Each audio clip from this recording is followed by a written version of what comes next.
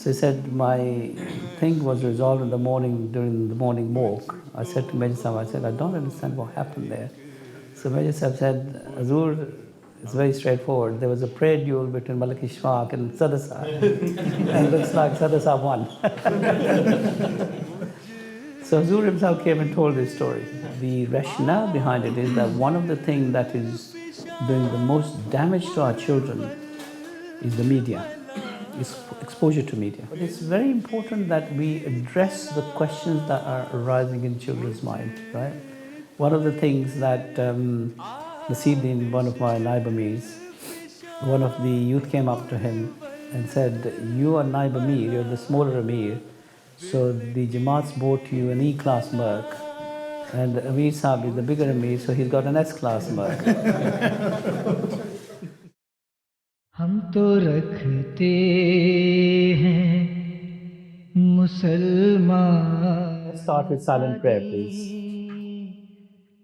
हम तो रखते हैं मुसलमानों का दीन. Ameen. So, Sadasab, how would you like, this is your Itfal Amla, yes? Yes, sir. Acha. And I'm happy to answer questions, or I'm happy to do whatever you would like me to do. So, these are responsible for our Atfal. So, if you can give some advice as well to our Amla members that how to deal with different challenges that our Atfal faces. So, Sure. And then they will answer questions as well, inshallah. Sir. Okay, Jazakallah. Assalamu alaikum. So, going back to the time when I was National Qaid and then Sadatul Amlamdia, when I became National Qaid, my son Tariq, who is now, mashallah, 40, Ansar, yes, he was a very young boy. And so I decided that I would take him to the Itfal activities marquee. So when I went there, Motmi Itfal Sahib was sitting at the table just like this with two helpers. And there was a queue of about 200-300 Itfal all standing in one line waiting to take part in their events. And I looked at that and I was completely appalled. I said, how can this be possible that you have from 7 years old to 15 years old all standing in the same queue, all trying to compete in the same, and therefore it was obvious that the Mutmin Itfal hadn't thought anything through, and he was treating them all as one group. And the worst part was that he said to me, I want to get over this done quickly because I want to go and take part in the program events myself. And I said, this is absolutely appalling. So I realized that there was a big mismatch in what was going on. So immediately I took two steps. One, I asked Mutmin Itfal I appointed a new Mutmin Itfal. And I found somebody who could have been my Naib Sadr, but I said to him, look, you can be Naib Sadr, but I would rather you become Mutmin Itfal, because you will be responsible for the future of our Jamaat in this country. So these children, you have to see them as the future of your Jamaat. Because if you make them into good Itfal, then inshallah, remember that they will become good khadims and then they will get integrated with Jamaat. And so then I gave him some guidance that he has to make sure that even, between 7 and 8 years old, the gap is so huge, in their intellect at that age, that it is unfair to have competitions sometime, and we have to close that gap. So I asked him to make at least 5 different age groups so that, competition should be held in that way. And then the second thing I realized that, at Khudam Ijtimas, obviously, at that stage, I mean, remember that the Jamaat was much smaller during that time. MashaAllah, now you have a huge Amla. At that stage, as I mentioned, only Muslim Nifal had two helpers, and that was it. So the next thing I thought is that it's very important that we should focus on these Itfal. And therefore, I thought that I wanted the whole national Amla of Khudam Lamdia to be involved in the tarbiyat of these Itfal. So what we did is, with Hazur's permission, we decided that we'd have a separate Itfal rally, a separate Ijtima for Itfal Lamdia, where all of the Khudam Amla will also be involved in running this. So there's a very good story here that I can tell you, because now by the grace of Allah, Jamaats have grown and things are very different. At that time, when I became Sadr Khudam Lamdia, it's a very small Jamaat, and therefore, Khilafat had just come to this country, and therefore we, although we were very good Ahmadi youngsters, but we did not understand Nizam Jamaat very well. We did not understand a lot of things. So Khalifa Rabi Rahimahullah started the training by keeping us very close to himself, and literally starting from zero almost to try and train us. So at this Itfal rally, because what used to happen is every day when Hazur used to come out of, in the evening I used to be there for Maghrib and Isha. So I used to hide behind the green door. I don't know if you've gone to Masjid Fazal, there were green doors there. So, Hazur used to come right down the middle. Now there's a separate entrance at the side, but that stage there was no separate. He used to come right down the middle. So I would hide behind the green door. And what Hazur would do as he came out, he would put his hand out, knowing that I was hiding behind the green door. So I would then go and hold his hand, and then he would start asking me, so what is going on? What are you doing? What is your plan? Things like that. And at that stage, it was such informality that I would say, Hazur, this weekend we're playing cricket at Islamabad, and we were praying the team from next door, from the school next door, and we were doing barbecue afterwards. Will you come? And he said, yes, tell me what time. And he would come, no problem, he'd be there. And then he would spend a lot of time with us. But that was part of the way he was doing our tarbiyat, he was spending time with us. So in a similar fashion, he had given permission for this Itfal rally to take place. And after Jummah, as he came out, I said to Hazur, it was a long bank holiday weekend. So I said to Hazur, that we have a Itfal rally this weekend. So I'd like you to come and do the final address. Now, you wouldn't think of that now, because here, you would write a month in advance. So there it was slightly, because the Jamaat was small, we had that relationship. It was a different relationship. So Hazur had never said no to anything that we'd asked.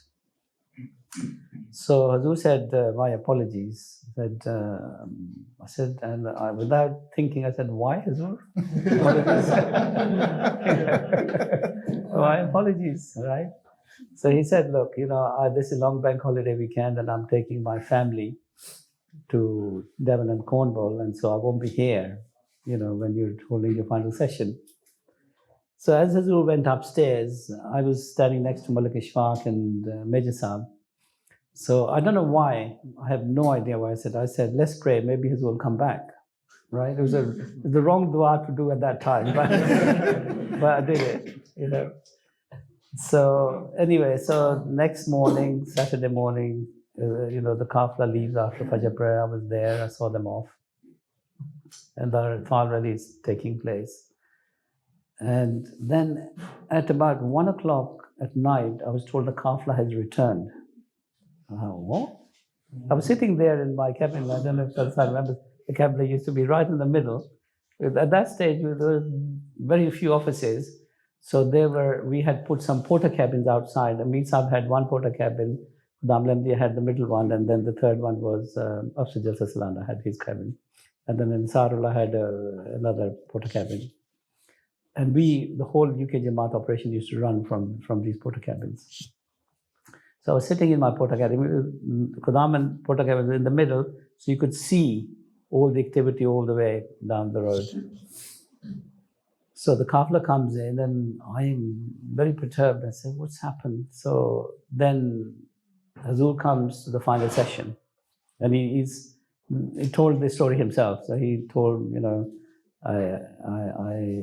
you were going to hold this and Sadar Sahib asked me to come to the final session and I apologized.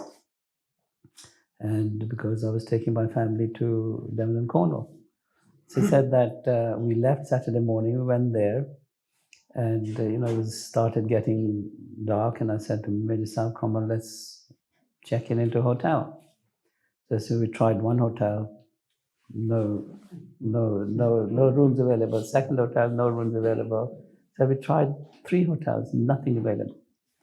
So he said to Major Sahib, it's getting dark. We're not going to sleep in the car, so let's go back. So he said we came back, and he said I was quite perturbed at night. Couldn't understand, because he said I'd traveled extensively in the UK and never such a thing had happened. And you know, I couldn't understand why this thing happened. So he said my thing was resolved in the morning during the morning walk. I said to Major Sahib, I said, I don't understand what happened there. So Major Sahib said, Azur, it's very straightforward. There was a prayer duel between Malik Ishfaq and Sadar Sahib. And it looks like Sadar Sahib won. So Hazur himself came and told his story. But the thing is that importance was that was the first Itfar rally we did. And what we started doing is we used to attach the Itfar rally to the Tarbiyati class that used to take place. So, you know, it was one long period in which Itfar got dedicated attention. And then Hazur Anwar started doing, when at every Itfar rally, he would come and do question and answer sessions with Itfar.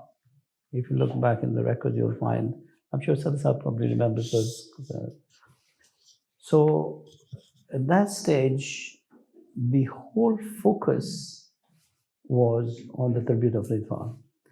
Now, some of the parents used to say to me, Sadar Sahib, leave our children alone, their studies to do, this to do, that to do.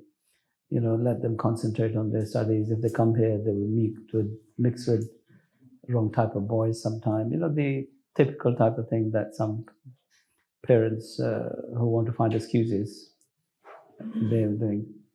So today, those same parents are coming to me and saying, you know, their children have now become lawyers, doctors, accountants, everything. But they've drifted so far away from the Jamaat that those parents are now saying to me, Amir Sahib, please bring them back.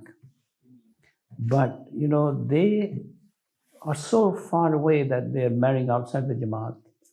They have no connection with the Jamaat. And sometimes they invite me to their weddings. And there are certain protocols in our Jamaat that are observed. And you know that they have absolutely no idea.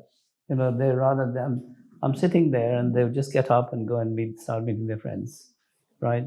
So it shows how far they've drifted away from the Jamaat and they don't have any interaction. So this is why I remember Sadar Sahib also was Muslim as well, before you became Sadar. And I mentioned to him as well that this, you know, this importance of spending time with Itfal and giving them the best. Now that I've become Amir, again, that mindset has remained with me. And what we have started now is that we've started classes in every mission house throughout the UK, 4 days a week. We have classes for children, both boys and girls, right? And the thing is that the rationale behind it is that one of the things that is doing the most damage to our children is the media, is exposure to media. Is sitting in front of a screen. They say that the latest research is that if you sit in front of a screen for more than 6 hours, you become an addict. And then if you become an addict, your brain gets rewired and you have a short attention span. And that is impacting upon our children greatly. You can see that, whereas when we were children, when our parents talked to us, we had a proper conversation with them, would be able to engage with them. They would ask you, what did they do at school? You were eager to tell them every little bit. But you'll find that if you speak with children now, is and and, 2 words and that's it. And that is part of this rewiring of the brain that is taking place.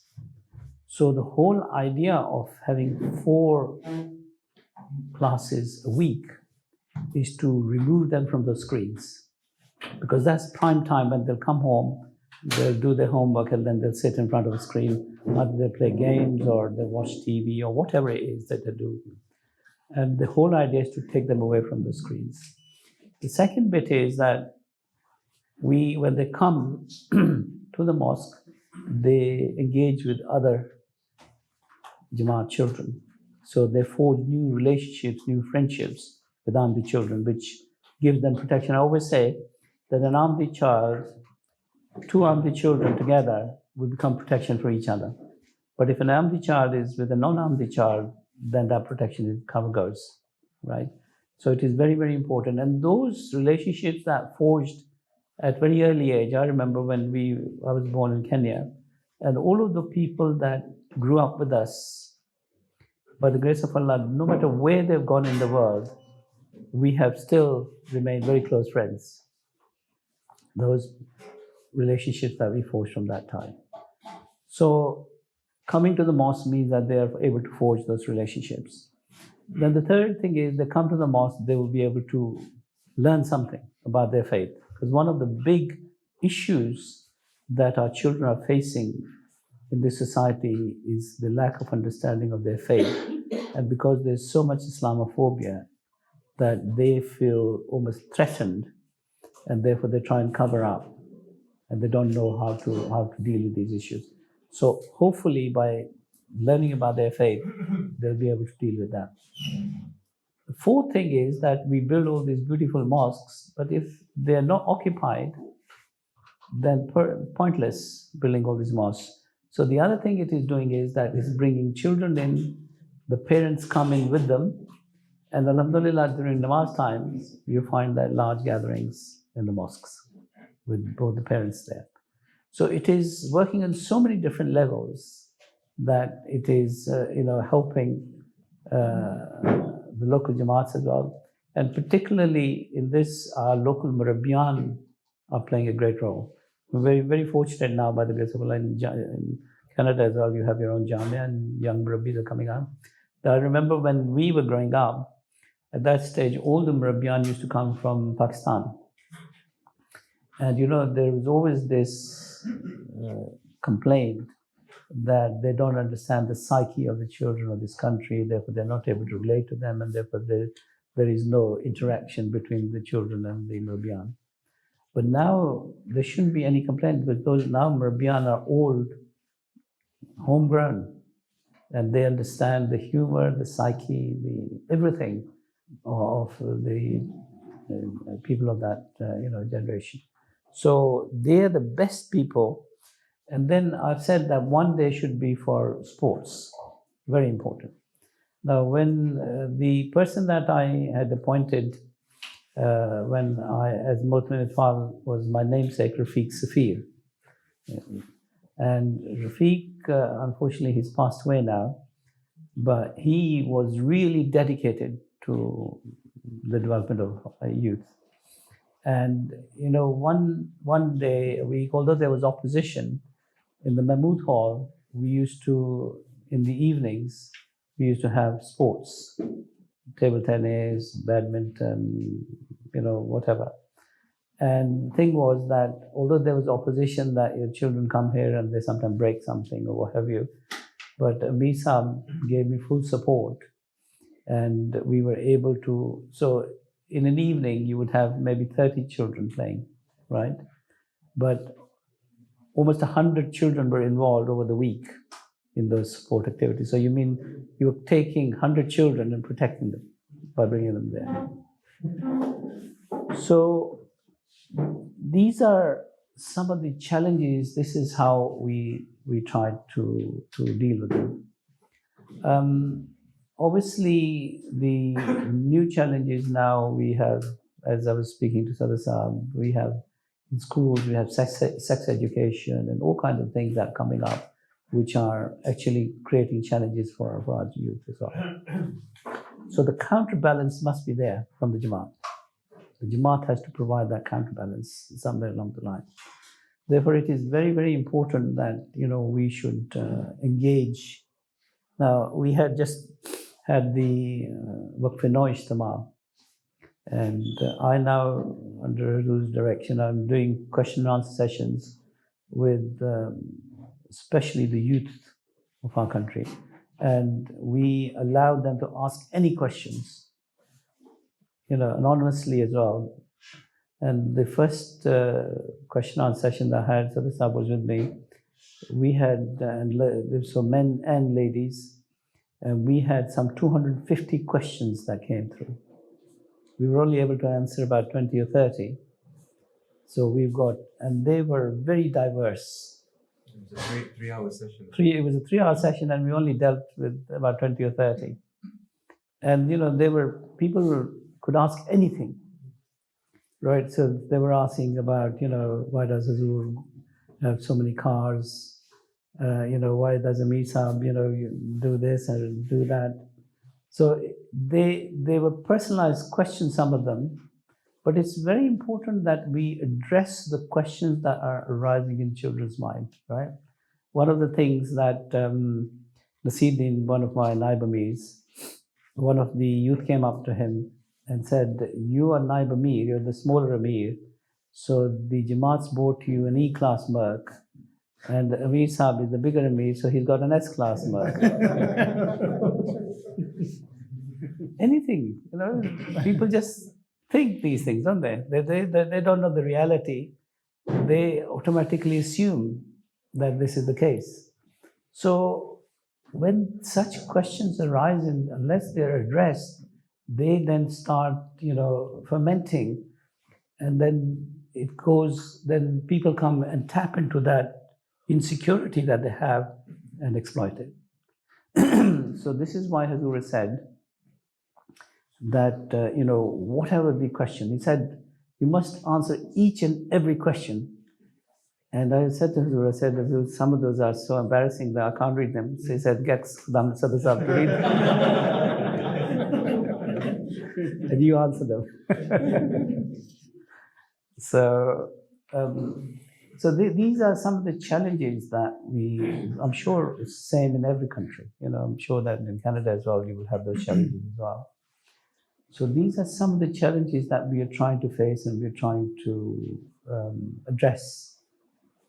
So I'll invite some questions now. I think I've said enough. Perhaps ask me any questions that you like.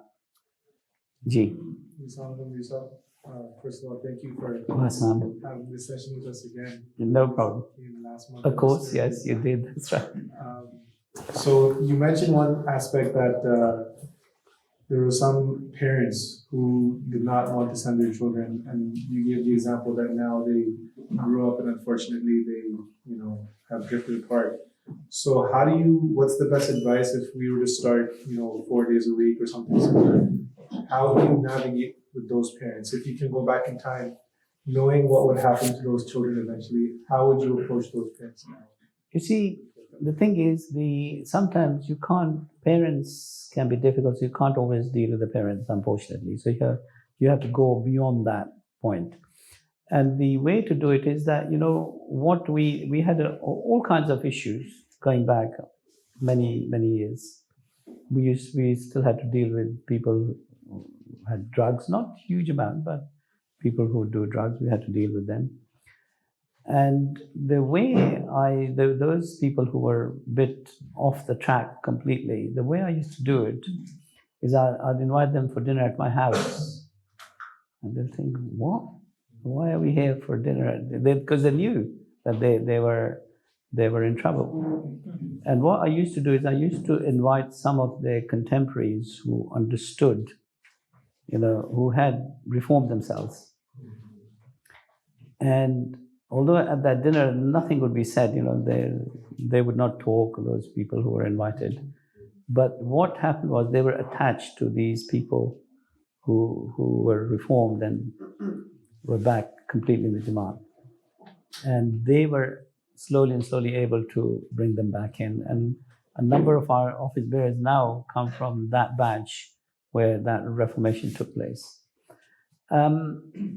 Then the other thing that we did was that we used to have these dinners where we would identify those people who drifted away from the Jamaat and invite them to dinner without them knowing why they'd been invited. But we'd also invite those who were very much involved with the Jamaat. So nobody would knew which camp was coming from, right? And the whole idea was to bring them and bond them together somehow. And that was one way. Now, there was one case of one young Khadim who left the Jamaat and joined Christianity. This is during Khalifa Rabi's time. And Huzur said to me, no, it can't be. No, we cannot have an Ahmadi young man leave Ahmadiyat and go and join another faith. So he then told me what we had to do. And he said, find out who was his best friend. And he said, attach him and ask him to meet him socially. Take him out for dinner and bring him home and talk to him. And it took almost 9 months. But eventually, through this love and understanding, the boy came back. So there are different horses for courses. I'm just giving you an example. So what you should do is those parents who are difficult, and sometimes parents, just because their own life is miserable, they unfortunately make their children's life miserable by removing them. So the best thing is very subtly attach people to them, make friendship with them, who will then be able to bring them towards the Jamaat. I think that is the best. That is the way Khilafat taught us. So that has to be the best way. Ji. So from an administrative perspective, 4 days classes a week. Well, I know Rabbiyan are also very busy. They have so many other programs to attend to. Ansar. I get this argument all the time. I don't accept it. There is nothing more important than doing the tarbiyat of our children, especially for our Rabbiyan. And if they cannot spare a couple of hours a day on that, then they're no good. Because this argument will be forwarded to you all the time. And Sadat Sahib knows how much I continue, and Huzur himself has told me many times. Sometimes, sometimes where it sometimes goes down is the parents, they don't bring the children to class. Yet they're the first one to complain if something goes wrong and they don't bring the children to class.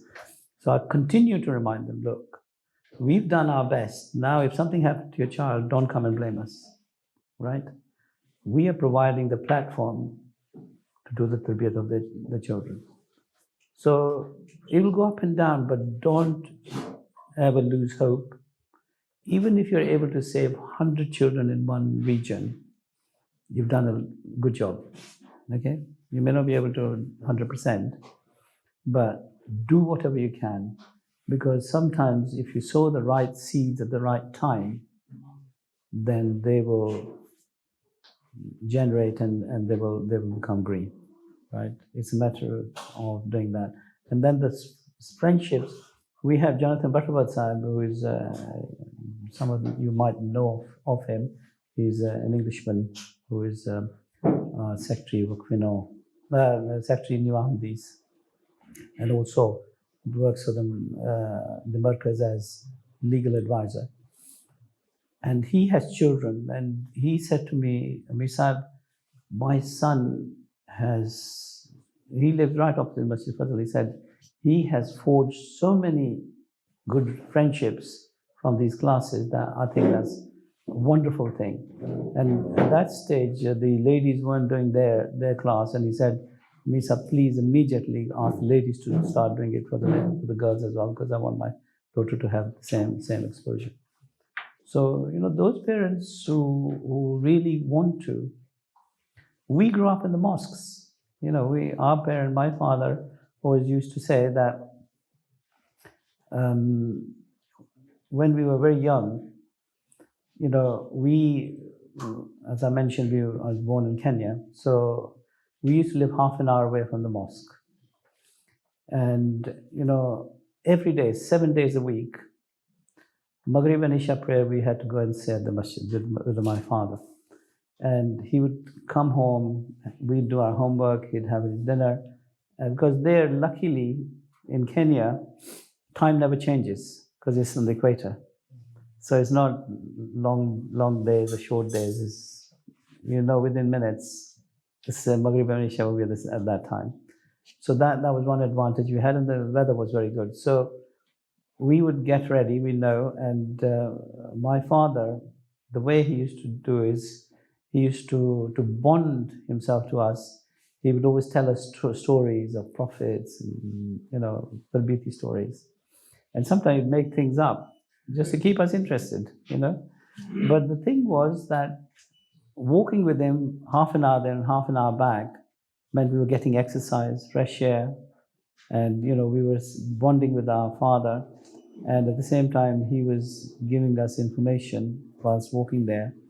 And when we went there between Maghrib and Isha, one of the parents would call all of the children together, feed them, and sometimes the different parents had different styles. So one of the parents, he used to love teasing us, so he would come and ask us very complicated spellings, right? So he said, right, spell such and such long word, right? So go on, you say it, nobody knew. But his youngest son used to come prepared.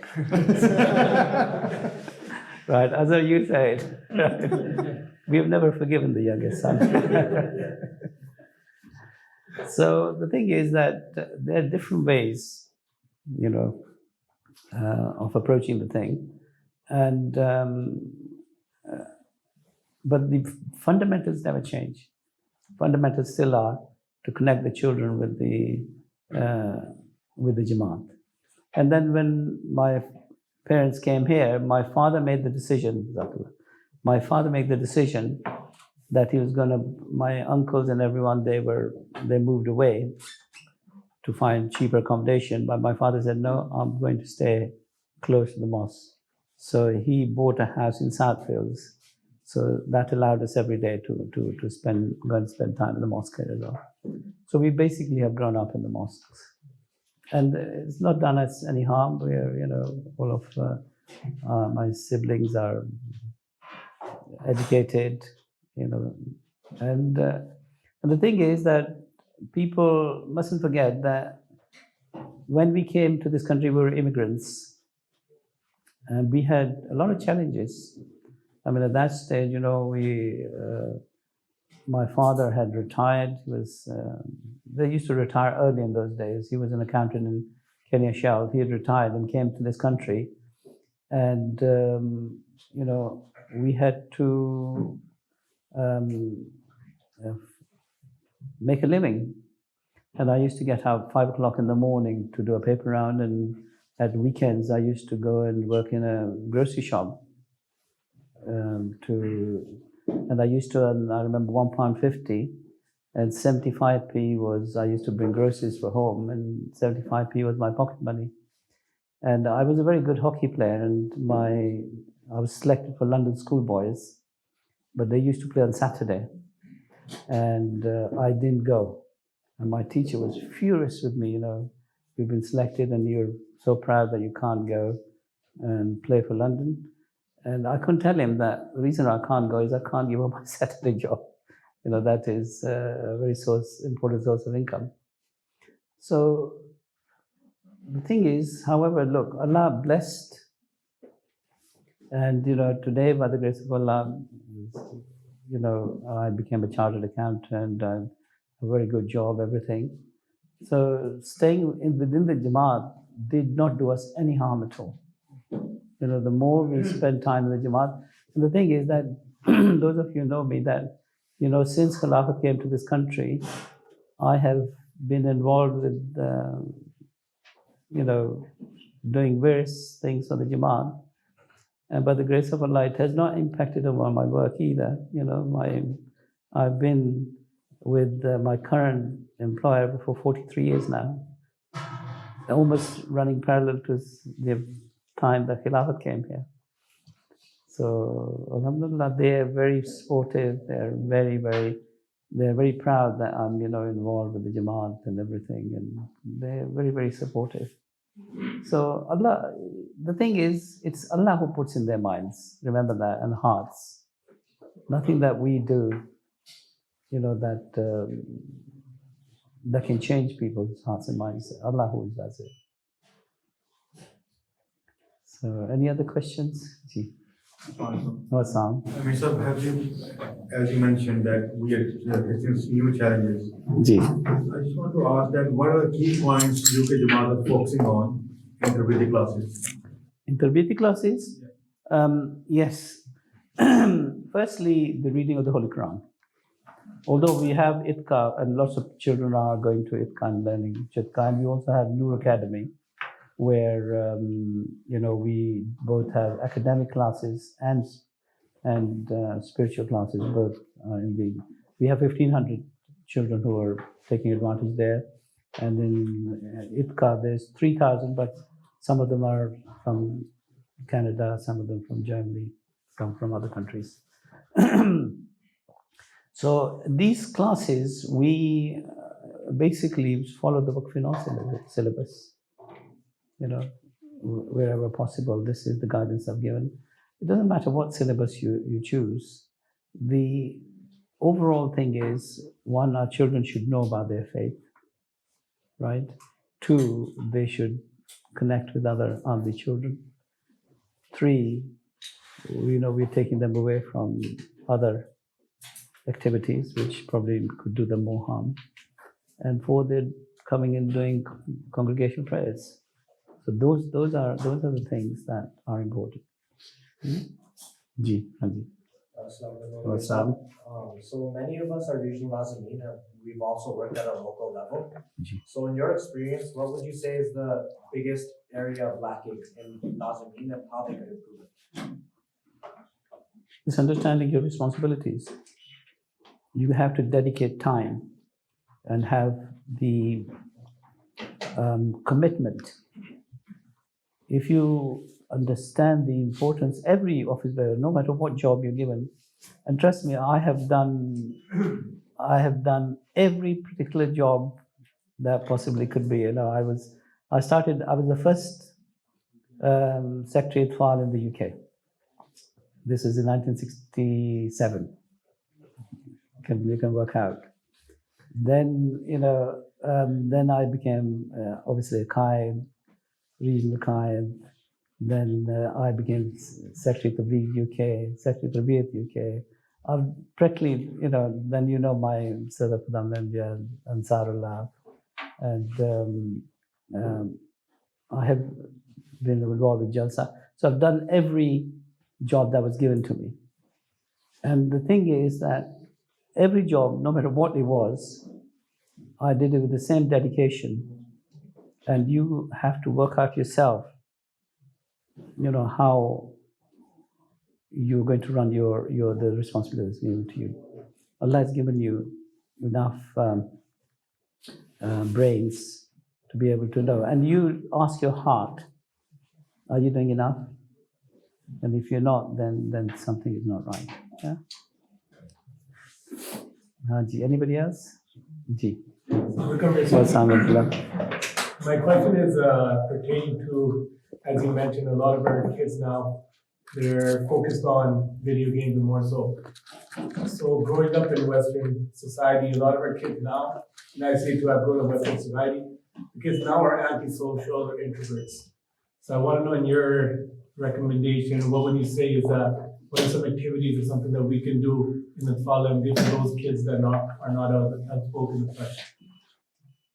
You mean some activities? Yeah, for like the kids that, because when they come out to even the fall classes, they don't really interact with each other.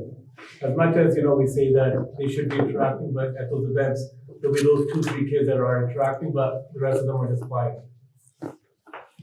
I think the thing is that you can organize events, collective events.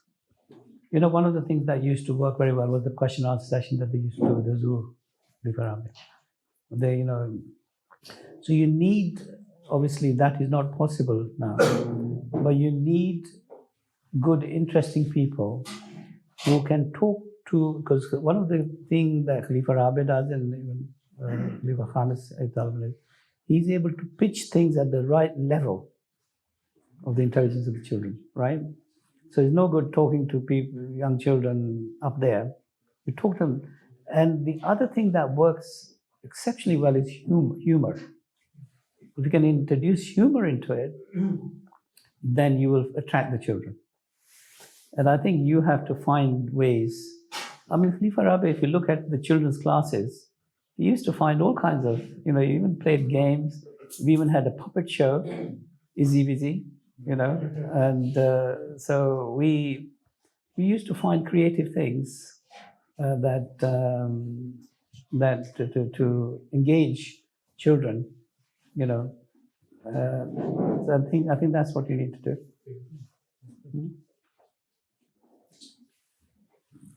Chalo ji, okay. So anything else, Hamza? So, Hanji, is there any question from any AMLA member or G? Ji. I was wondering, in terms of the classes that you mentioned, 4 days a week, you mentioned there was both boys and girls. So how did you approach Lajna, and is it a consolidated effort between Atfal al-Anbiya and Nasrat al-Anbiya? In fairness, these are not done on an auxiliary basis. These are done on a Jamaat basis, right? So it is not necessarily Khudam Lamdia who does them. Khudam Lamdia also organizes other classes as well, but these particular classes are done on on a Jamaat level. I think that probably is a slight difference. So obviously, but Khudam Lamdia should be fully involved with it. I think very important. So, Amir Sahib, in these classes, who is the lead for these classes? Is it like Secretary Tarbiyat or like Murabiyan are the lead in these classes, or Sadran? The thing is that I have made regional amirs responsible, but primarily the focus should be the local missionaries who should be running them, right? But one missionary can't run it because sometimes we have, especially in London where we have large groups, in Masjid Fazal we used to have 6 classes, for instance. So, one Murabbi can't be able to do all of those. So we had teams of other teachers. I don't mind even paying teachers to come and do the class, although we don't have to do that. But if it means that we have to pay a little bit money, I would do that to get the right type of people there. So that's the important thing, getting the right people who understand their education. Because remember that these children are very intelligent.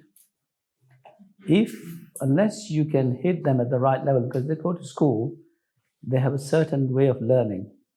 So if you're not able to do that, then they lose interest and they will not pay attention. So the level of communication at that level is very important, right? And you have to find the right people to do it. I'm not saying we perfected it here in the UK, far from it. I think there's a lot of work to be done, but we are persistent. Our young Murabiyan are excellent. They're very good, mashallah. And where they have taken responsibility, they've done an excellent job. And we continue to push in that direction. And Hazur is very, very, very interested to make sure that we don't. Sometimes you start these projects and then after a while they die away. Mustn't allow that to happen. Ji. Amir Sahib, you've seen the Jamaat in the UK evolve, and so if you can relate to us some of the key moments within the lifetime of Amir Jama'at, I know this might be a very lengthy. It's a very long. But one or two or three brief key moments and milestones that you remember of I mean, obviously, when Khalifa Rafiq Rahimahullah came here, he came here without any notice, right? And therefore, and the Jamaat here was very small. And I think I've said many times that the first Jalsa Salana that took place here when Khalifa Rabi arrived was in Mahmud Hall, right? So only 300 people could fit into Mahmud Hall. So first 2 days the Jalsa took place there, and the final session was in Surbiton Town Recreational Centre, where we had 1,500 men and 1,500 women. So the total, the Janeed at that time was about 3,000. Then the following year we bought Islamabad. And when we bought Islamabad, we thought 25 acres, such a big site. What are we going to do with it? Right? But Allah has His own plans. You never know. So basically, we had our first Jalsa here in April. Huge amount of rain, And at that stage, now you have these beautiful marquees with flooring and everything. That the old pole marquees, And we put straw on the bottom and put carpet on top. And it rained so heavily that, just water came in and everyone's clothes got wet. And the cars got stuck in the car park at the back. And our Khuddam were actually lifting the cars up physically and putting them on the road. And then on final day, Khalifa Rabi came and he called all the Khuddam and he wanted to embrace them. And they said, we are covered in mud. He said, no, come here.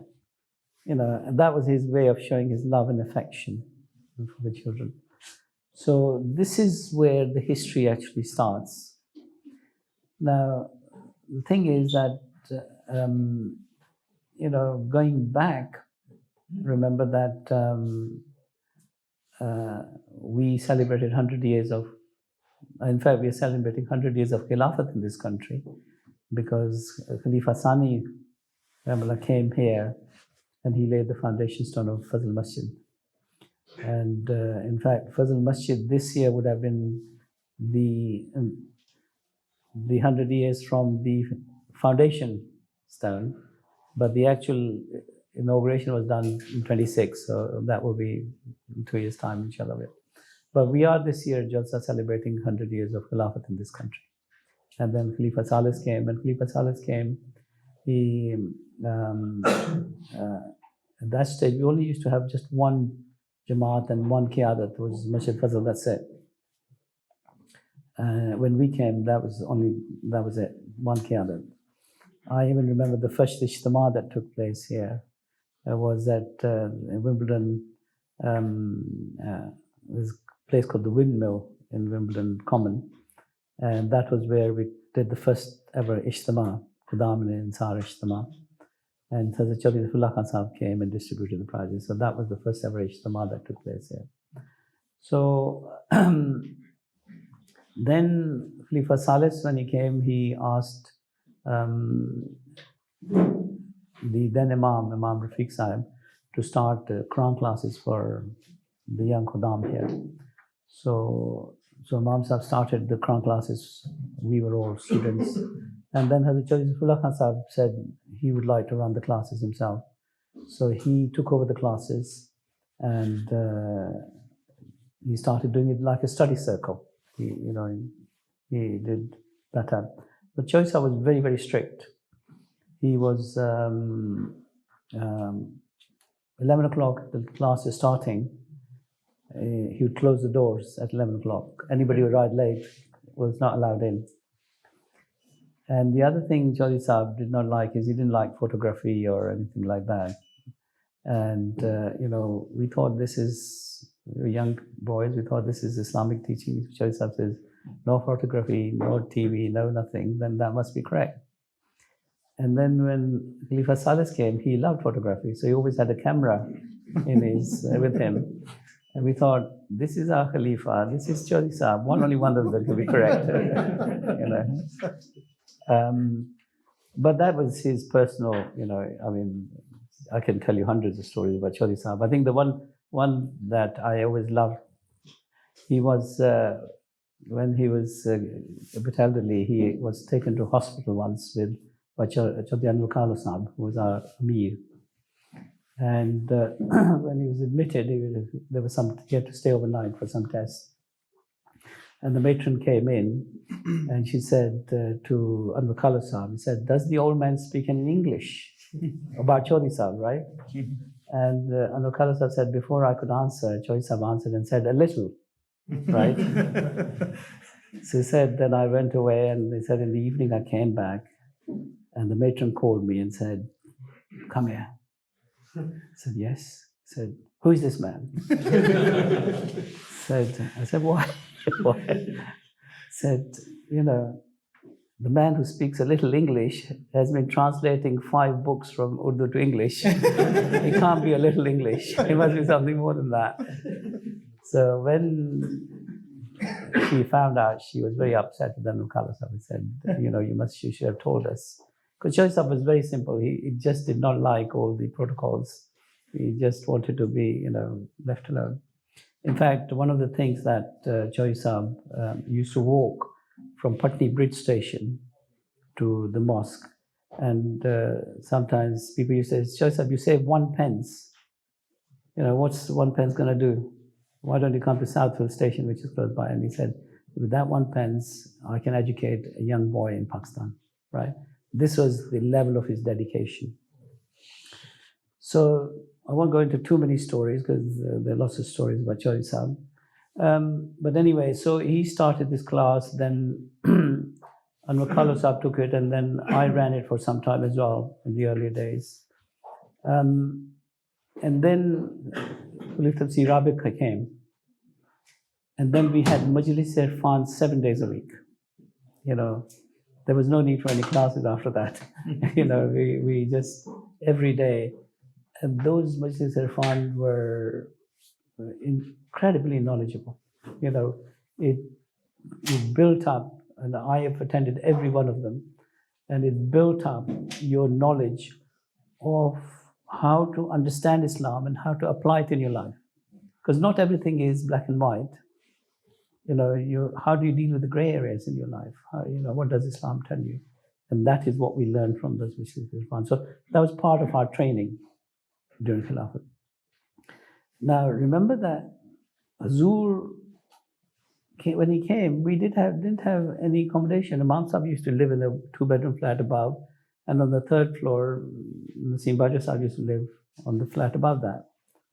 And Imam Sahib had a small office, and immediately those became the accommodation and the office for Khalifatul Masih, right? Who was going to run the whole worldwide operation from there. And Khalifa Rabi Rahimahullah stayed in that accommodation all his life. Here in this country, yeah.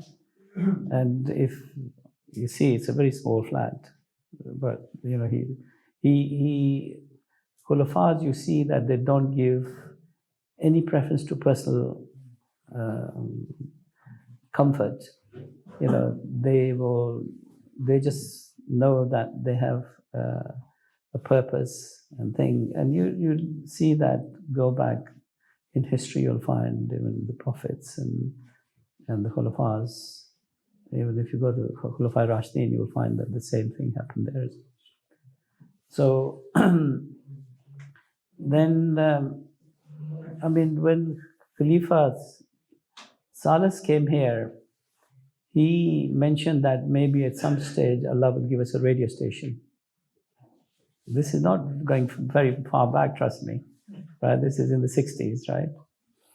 And we used to think, well, wow, Ghana Jama'at is our very big Jamaat, so maybe Allah will give us a radio station in Ghana.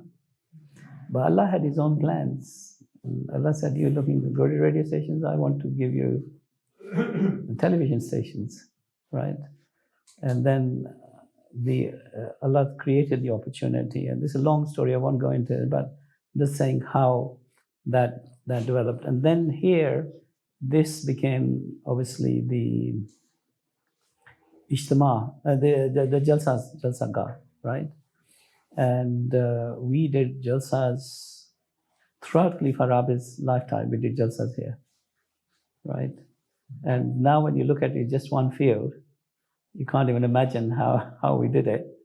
And we used to park cars here. And eventually, as it started to grow, we started using the school next door. And then we even bought a field across on the other side, and we built a bridge, overhead bridge, because the cars were very fast. So we built a bridge to bring people from the other side to here. So slowly and slowly, the Jamaat started to grow. People started coming from outside. People for asylum came here. And of course, a lot happened during that time. Time does not permit me to go through it. But one of the things that was happening was that Khalifa Rabi Rahimahullah was preparing the Jamaat in the UK to take over the burden of the future. And even to the small things, he would. I remember one little story where we had a roti plant here, just here, and Huzur came for inspection, and Sheikh Rashid Sahib was our manager of roti plant. So Huzur and Afsar Jalsa Salana was Bangwi Sahib. It was real characters, these were all real characters. So Huzur came and said, Sheikh Sahib, any problems? He said, yes, Huzur, it's all problems, nothing else. So he said, what's the problem? He said, I haven't got any manpower. So Huzur turned around to Bangwi Sahib. He was Afsar Jalsa Salana, I was Afsar Khidmat Khalq. So he turned around to Bangwi Sahib and said, Aap inko staff kyun nahi dete? And without thinking, Bangwi Sahib turned to me and said, why haven't you given them the staff? So they said, hang on a minute. You're Afsar Jalsa Salana or him, right? So this is part of the training. Then Huzur said that it's not responsibility of Khidmat Khalq, it's the responsibility of the Afsar Jalsa Salana to provide the manpower. But then Bangwi Sahib stayed quiet. Then he came to me afterwards and said, "Oh, main sun leta jo pira ne kiya, dene tu hi ne."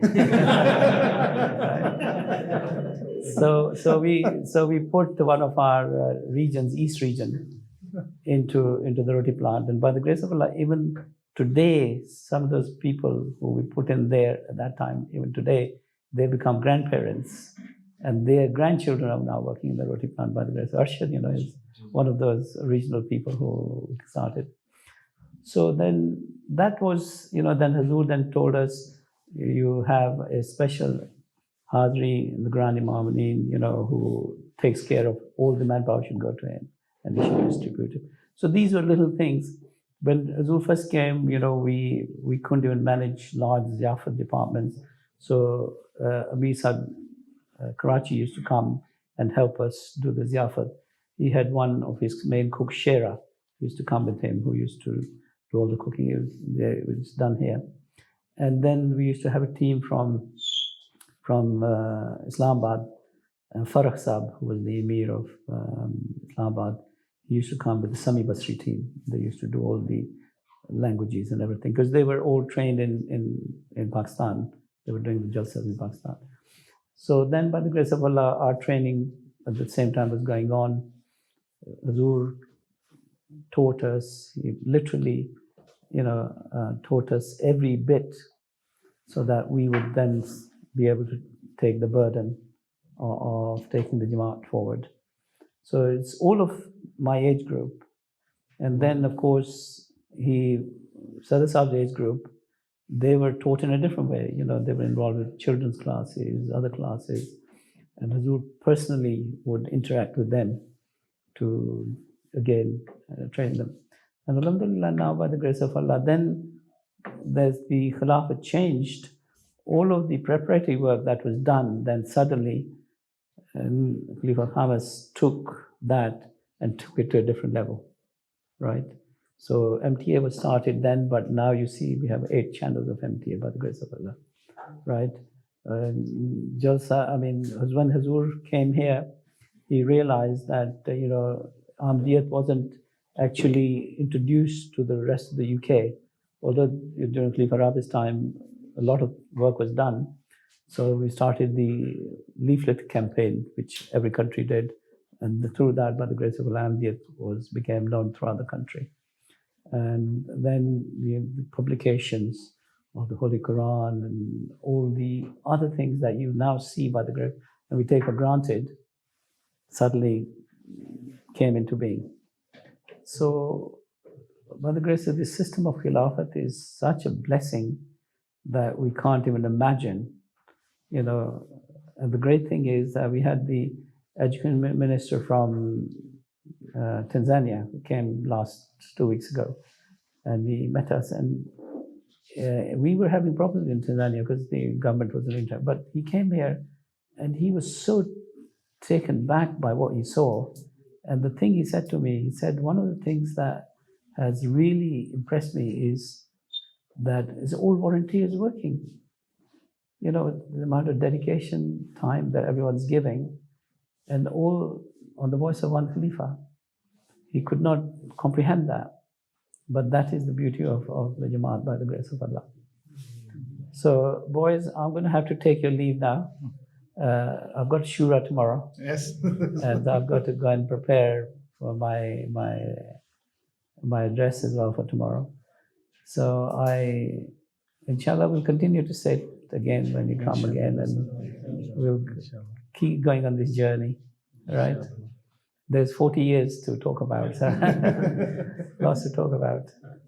And Sadasam will give you his own experiences, mashallah. He's been very closely involved with both Khilafats, basically. And we will have lots of stories to tell you as well, mashallah. Cholo, let's end with silent prayer, then I'm going to take a leave, okay?